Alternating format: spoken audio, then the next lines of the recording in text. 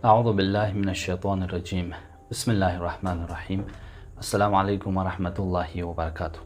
امید ہے کہ آپ سب ناظرین بخیر و عافیت ہوں گے۔ آپ سب کو آج کے اسلام شناسی کی اس کلاس میں خوش آمدید کہتا ہوں۔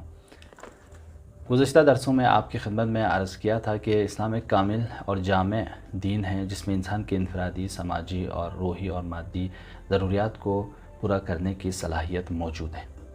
آپ کی خدمت میں عرض کیا تھا کہ اسلام انسان کی ہدایت اور جامع انسانی کی رہبریت کی صلاحیت بھی رکھتا ہے۔ اس حوالے سے ہم اسلامی دانشمندوں کے نظریات اور ہم غیر اسلامی دانشمندوں کے نظریات آپ لوگوں کی خدمت میں بیان کیا تھا۔ آج ہم آپ کی خدمت میں اسلام اور جمہوریت کے حوالے سے کچھ بیان کریں گے۔ اس کی وجہ یہ ہے کہ آج جمہوریت کی بہترین نظام کے طور پر معرفی کرائی جا رہی ہے اور لوگ جمہوریت کو ایک بہترین اور مستحکم اور مضبوط نظام جانتے ہیں۔ اب سوال یہ ہے کہ جمہوریت کیا چیز ہے؟ جمہوریت کو کس نے وجود میں لایا؟ جمہوریت کب وجود میں آئی؟ اور اسلام اور جمہوریت میں کیا فرق ہے؟ جمہوری نظام میں اور دیگر نظامهای سیاسی اور سیاست اور حکومت میں کیا فرق ہے؟ اور اسلام اور جمہوریت میں کن باتوں میں اشتراک ہے اور کن کن باتوں میں اختلاف اور تضاد پایا جاتا ہے؟ آئیے آج کے اس کلاس میں ہم اور آپ اس بارے میں مختصر سے گفتگو کرتے ہیں۔ عزیز ناظرین، جیسے کہ آپ سب کو واقف ہیں کہ جمہوریت کی تعریف میں، جامع اور مانع تعریف میں خود علماء سیاست اختلاف رکھتے ہیں، لیکن ہم مقبول اور مشہور تعریف آپ کی خدمت میں بیان کریں گے جس کو امریکہ کے صدر ابراہیم لنکن نے بیان کیا تھا۔ وہ کہتا ہے "The democracy is the government of the people, by the people, for the people"۔ جمہوریت عوام کی حکومت عوام کے ذریعے عوام پر ہے۔ لہٰذا جمہوریت اور اسلام کے تقابل کے حوالے سے بہت کچھ لکھا اور کہا جا چکا ہے۔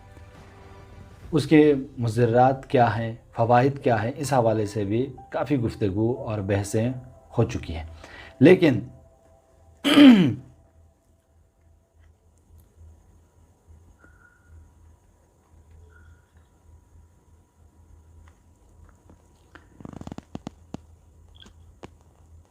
ہم آج آپ کی خدمت میں خود جمہوریت اور اسلام کے درمیان کیا رابطہ ہے، کیا فرق ہے، اور اسلام کس حد تک جمہوریت کو تسلیم کرتا ہے اور جمہوریت میں کیا خوبی ہے اور کیا خامی ہے، اس حوالے سے آج کی اس کلاس میں مختصر سا خاکہ آپ کی خدمت میں بیان کروں گا، اور باقی مطالب امید رکھتا ہوں کہ آپ سب ناظرین اور بالخصوص اسٹوڈنٹ حضرات اس کا بھرپور مطالعہ فرمائیں گے۔ بس جمہوریت کی تعریف ہوئی کہ جمہوریت عوام کی حکومت عوام کے ذریعے عوام پر ہے، یعنی خود لوگ حکومت بنائیں گے اور خود اپنے اوپر حکومت چلائیں گے اور حکومت کے قوانین پر عمل کریں گے۔ یہ یہاں تک جمہوریت ہے۔ لیکن جمہوریت کب وجود میں آئی؟ اس حوالے سے اگر لکھا جائے تو یونان میں سب سے پہلے جمہوریت کا نظام وجود میں آیا، اور یہ اس زمانے کے بادشاہ لوگ جب بھی کوئی پالیسی یا کوئی کام کرنا چاہتے تھے تو عوام کو جمع کرتے تھے، اور جمع کرنے کے بعد پالیسی ان کے درمیان بیان کرتے تھے۔ کچھ لوگ کھڑے ہو کر تائید کر دیتے تھے، کچھ لوگ کھڑے ہو کر رد کر دیتے تھے، اور آخر میں جو زیادہ اکثریت جن کی ہوتی تھی اس کے بیل بوتے پر وہ پالیسی پاس یا رد ہو جاتا تھا۔ لیکن یہ یعنی بہت ہی سادہ سی جمہوریت تھی یونان میں، لیکن اس کے بعد 18ویں صدی میں جمہوریت نے کروٹ لی اور ایک باقاعدہ ایک منظم اور مستحکم شکل اختیار کر لی، اور آج کے دور کے ایک مقبول نظام سیاست کے طور پر ابھر آئی، اور آج اس سیاست کو اور اس نظام سیاسی جمہوری نظام سیاست کو قبول کیا جا رہا ہے۔ لیکن 18ویں صدی کے بعد جو جمہوریت وجود میں آئی وہ کیسی جمہوریت تھی؟ وہ ایک ایسی لیبرل سیکولر ڈیموکریسی تھی، یعنی ایک آزاد خیالی، ایک بے دینی سیکولر اور ڈیموکریسی جمہوریت تھی۔ ایسی جمہوریت وجود میں آئی کب؟ 18ویں صدی کے بعد۔ لیکن عزیزو، یہ ہے جمہوریت۔ اب جمہوریت کو کس نے وجود میں لایا؟ اس کا موجد کون ہے؟ اس حوالے سے تاریخ سیاست بتاتی ہے کہ 3 افراد ایسے ہیں جنہوں نے جمہوریت کو وجود بخشا. ان میں سے پہلا والٹائر ہے، دوسرا مونٹیسکو ہے، تیسرا روسو ہے. ان 3 فرانسوی مفکرین ہیں، یہ 3 فرانس کے مفکرین ہیں جنہوں نے جمہوریت کو وجود دیا. والٹائر کہتا ہے کہ اصلاً مذہب، جتنے بھی آسمانی مذہب ہے سب تحریف شدہ ہے. انسان کا ایک ہی مذہب ہے، وہ مذہب فطرت ہے، جسے کہتے ہیں وہ نیچر ریلیجن. اس کا بعد اس کا جو نظریہ وجود میں آیا، یہاں پہ ایک انکار دین ہوا. اس کے بعد جو وہ دوسرا نظریہ پیش کرتا ہے کہ اصلاً مذہب انسان کا پرسنل ذاتی معاملہ ہے، یعنی انسان کو اختیار ہے اپنی تسکین کے لیے کسی بھی دین کو اختیار کر سکتا ہے، اس میں چرچ کو دخل اندازی کا حق نہیں ہے ایک، اور دوسرا حکومت کو بھی دخل اندازی نہیں ہے. اس نظریے کے بلبوتے پر جمہوریت نے کس کو وجود میں لایا؟ ایک سیکولرزم نظام کو وجود بخشا.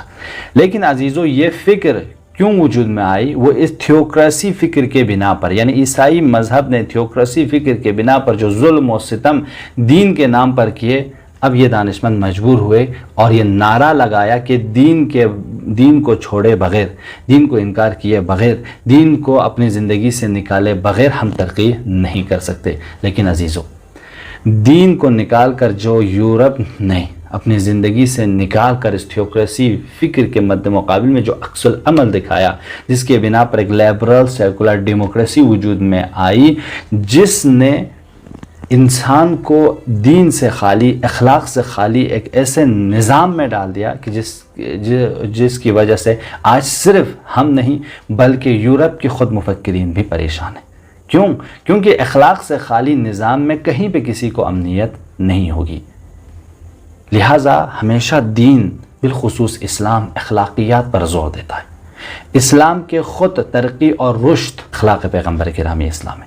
تو میں بھی یہی عرض کروں گا، آج کے مسلمان بھی اگر اخلاق رسول اور اصحاب رسول کے اخلاق کو اپنائیں تو آج بھی وہی نتیجہ ہم بھی حاصل کر سکتے ہیں جو نتائج پیغمبر اور اصحاب پیغمبر حاصل کر چکے تھے. بس عزیزو، یہ پہلا مفکر تھا جس نے جمہوریت کو وجود میں لانے میں کردار نبھایا. دوسرا شخص مونٹیسکو ہے. مونٹیسکو کا نظریہ بہت مشہور ہے. اس کا نظریہ یہ ہے، اس حوالے سے وہ اس نظریے کو نظریے تفریق اختیارات کہا جاتا ہے، یعنی سپریشن آف پاور. یہ نظریہ اس نے وجود میں لایا. وہ کہتا ہے کہ جتنی بھی مطلق العنان حکومتیں ہیں، ان کی وجہ سے جو عوام پر ظلم ہوتی ہے اس کی ایک وجہ ہے. وجہ یہ ہے کہ یہ مطلق العنان حکومتیں ہمیشہ طاقت اور اختیارات صرف ایک شخص کو یا ایک ادارے کو دے دیتی ہیں، جس کی بنا پر یہ عوام پر ظلم و ستم بھی کرتے ہیں اور ساتھ ساتھ میں حکومت کے بہت سے کاموں میں ابتری بھی پائی جاتی ہے اور وہ بھی مکمل نہیں ہوتے. ضرورت ہے اس بات کی کہ ہم ان اختیارات کو مختلف ادارات میں تقسیم کریں. یہ پہلا شخص تھا مونٹیسکو جس نے اختیارات کو ایک شخص یا ایک ادارے سے نکال کر مختلف بخشوں میں تقسیم کرنی شروع کر دی. اس نظریے کے بلبوتے پر آج جو نظام ہے اس میں اختیارات مختلف اداروں میں تقسیم ہے. لہٰذا آج جو قانون سازی کا اختیار جس ادارے کو حق ہے اس کو ہم مقنعہ یا لیجسلیچر کہتے ہیں. قانون کے مطابق ملک کو انتظام چلانے کا جو اختیار ہے جس ادارے کو ہے اس کو ہم انتظامیہ یا ایگزیکٹو کہتے ہیں. تیسرا ادارہ قانون کی تشریح اور تنازع کو تصفیہ کرنے کا جو ادارہ ہے اس کو عدلیہ یا جوڈیشری کہتے ہیں. یہ ادارہ مختلف ادارے وجود میں آئے مونٹیسکو کے نظریات کے بعد. اس نے کہا کہ قسم سپریشن آف پاور ہونی چاہیے، یعنی تفریق اختیارات ہونی چاہیے. اختیارات صرف ایک شخص کو موکول نہیں ہونی چاہیے. کافی حد تک اس نظریے کو اسلام بھی تائید کرتا ہے کہ اسلام بھی کبھی ایک شخص کو تمام اختیارات نہیں دیتا. اسلام بھی بلکہ طاقت اور اختیارات کو مختلف بخشوں میں تقسیم کرتا ہے اور ہر ایک کو اپنے دائرے میں اپنے ذمہ داری کے تحت وظائف کو انجام دینے کی سفارش کرتا ہے. خیر، یہ دوسرا شخص تھا جس کی نظریہ کی جس نے جمہوریت وجود میں لائی، جس نے عوام کو ایک حق دی، عوام کی طرف توجہ دی. تیسرا شخص جس نے جمہوریت کو وجود میں لانے میں جس کا کردار رہا وہ روسو ہے. روسو نے 2 باتوں پر زیادہ زور دی. ایک تو فرد کی آزادی اور دوسرا فرد کی نمائندگی حکومت کی آزادی پر زیادہ زور دی۔ اس نے کہا کہ ایک فرد کو حق ہے وہ اپنی مرضی سے حکومت بنا سکتا ہے، اور فرد اپنی مرضی سے وہ حکومت گرا سکتا ہے۔ ان تینوں مفکرین کے نظریات کی بنا پر لیبرل یعنی آزاد خیال، سیکولر یعنی بے دین سیاست میں نہیں، اور ڈیموکریسی فکر وجود میں آئی۔ لیکن عزیزو، جمہوریت نے عوام کو حق دی، عوام کو مقام بھی دی، عوام کو اپنے نمائندہ انتخاب کرنے کے اختیارات بھی دیے۔ جمہوری نظام کی کامیابی کے لیے لازم ہے کہ عوام تعلیم یافتہ ہو، عوام تعلیم یافتہ ہو، ان کو سیاسی شعور ہو، ان کو حکومت کے نشیب اور فریض کو سمجھنے کی صلاحیت ان کے پاس ہو کہ کن شرط پہ وہ نمائندہ بنا سکتے ہیں، کن شرط پہ وہ نمائندے کو گرا سکتے ہیں، کن شرط پہ حکومت بنا سکتے ہیں۔ یہ ساری چیزیں در حال ہی کہ یہ چیز پاسبل نہیں ہے، امکان پذیر نہیں ہے۔ اکثر ملک میں لوگ تعلیم یافتہ نہیں ہے، جس کے بلبوتے پر نااہل لوگ حکومت میں آتے ہیں اور وہی لوگ حکومت چلاتے ہیں، یا جو اقتدار پہ ہیں، جو طاقتور پارٹیاں ہیں، وہی حکومت کرتے ہیں۔ اس بنا پر علامہ اقبال بہت شدید الفاظ میں اس کی مذمت کرتے ہیں کہ جمہوریت ایک طرز حکومت ہے کہ جس میں بندوں کو گنا کرتے ہیں، تولا نہیں کرتے۔ یعنی علامہ اقبال بہت ہی غرب کے اس ڈیموکریسی کو، غرب کی جمہوریت کو صاف صاف لفظوں میں انکار کرتے ہوئے کہتے ہیں کہ غرب کی ڈیموکریسی نہیں ہے بلکہ اکثریت کی حکومت ہے۔ کہتے ہیں کہ وہیں ساز کہن مغرب کا جمہوری نظام، جس کے پردوں میں نہیں غیرت نوائے قیصری، دیو استبداد جمہوری قبا میں پائے کوب، تو سمجھتا ہے یہ آزادی کی ہے نیلم پری۔ جمہوریت میں انسان کی گنتی ہوتی ہے، صلاحیتوں کو، لیاقتوں کی کوئی اہمیت نہیں ہوتی۔ یہ کون کہہ رہے ہیں؟ علامہ اقبال فرما رہے ہیں۔ لہٰذا عزیزو، جمہوریت میں اگر آپ جمہوری نظام کو بہتر طریقے سے کامیاب اور کامران بنانا چاہتے ہیں، لازم ہے کہ عوام اویئر ہوں، عوام پڑھے لکھے ہوں، عوام تعلیم یافتہ ہوں۔ دوسری خامی اس کی یہ ہے کہ جمہوری نظام اس طرز میں اقلیت ہمیشہ اکثریت کے رحم و کرم پر ہوتی ہے۔ یعنی عملی طور پر جمہوریت یعنی اکثریت کی حکومت ہوتی ہے اقلیت کے اوپر، یہ بھی ایک خامی ہے، یعنی اقلیت کو کوئی خاص اختیار نہیں ہوتا ہے۔ تیسری خامی، اس کی سب سے بڑی خامی یہ ہے کہ عوام کو بے مہار آزادی حاصل ہے، کہیں بھی اخلاقی اقدار کے پاس و لحاظ نہیں رکھا جاتا۔ اکثریت کے بلبوتے پہ انتہائی گھنونے، اخلاق سوز، غیر انسانی، غیر فطری چیزوں کو تالیوں کے زور پر منوایا جاتا ہے، کہ جس کا نتیجہ آج بے حیائی اور عریانی کے ایک طوفان بپا ہوا، اور آج سب حتیٰ اسلامی اور غیر اسلامی مفکرین سب پریشان ہیں۔ اس لیے علامہ اقبال نے خود جمہوریت کے ارباب سیاست کو ابلیس سے تشبیہ دیتے ہوئے کہتے ہیں کہ جمہوری کے ابلیس ہیں ارباب سیاست، باقی نہیں اب میری ضرورت ہے افلاک۔ اور وہ فرماتے ہیں دوسری جگہ، تو نے کیا دیکھا نہیں مغرب کا جمہوری نظام، چہرہ روشن اندرون چنگیز سے تاریخ تر۔ کیا بات ہے! علامہ اقبال ہم اور آپ کو آگاہ کر کے جا رہے ہیں کہ جمہوریت علی الظاہر تمہیں اچھا نظر آئے گا، لیکن اندر سے یہ چنگیز سے، یہ استبداد سے، یہ سلطنت اور بادشاہوں سے کم نہیں ہے۔ یہ وہی حکومت ہے جس کو جمہوریت کا قبا پہنایا گیا ہے۔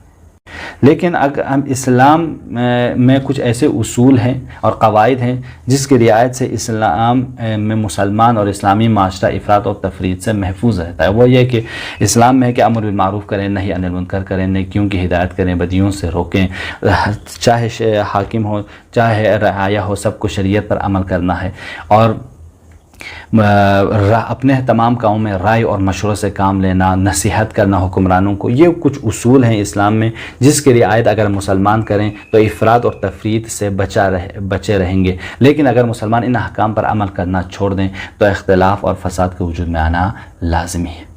لہٰذا عزیزو، اسلام میں حکومت قانون کی ہے، لہٰذا امام خمینی علیہ الرحمہ بھی فرماتے ہیں کہ ہم پر حکومت قانون کی ہے، یا آیت اللہ جواد عملی فرماتے ہیں ولایت فقہ ہمون ولایت فقہ، یعنی فقہ کی ولایت ہے۔ تو ان سے صاف واضح ہو جاتا ہے کہ قانون حاکمیت ہے، اور جب قانون حاکمیت ہے تو یہ قانون انسانوں کا بھی نہیں ہے، یہ قانون خدا کا ہے، اور کامل قانون ہے، جامع قانون ہے، جو ہر زمانے میں ہر وقت قابل اجرا اور قابل عمل ہے۔ بس عزیز ناظرین، آج کے درس کا اگر خلاصہ ہم اور آپ جاننا چاہیں، وہ یہ ہیں کہ جمہوریت ایک سیاسی نظام ہے جو یونان سے آغاز ہوا اور 18ویں صدی ہجری میں باقاعدہ ایک منظم شکل اختیار ہوئی، اور آج کے زمانے میں جمہوریت کو مقبول سیاسی نظام کے طور پر جانا جاتا ہے۔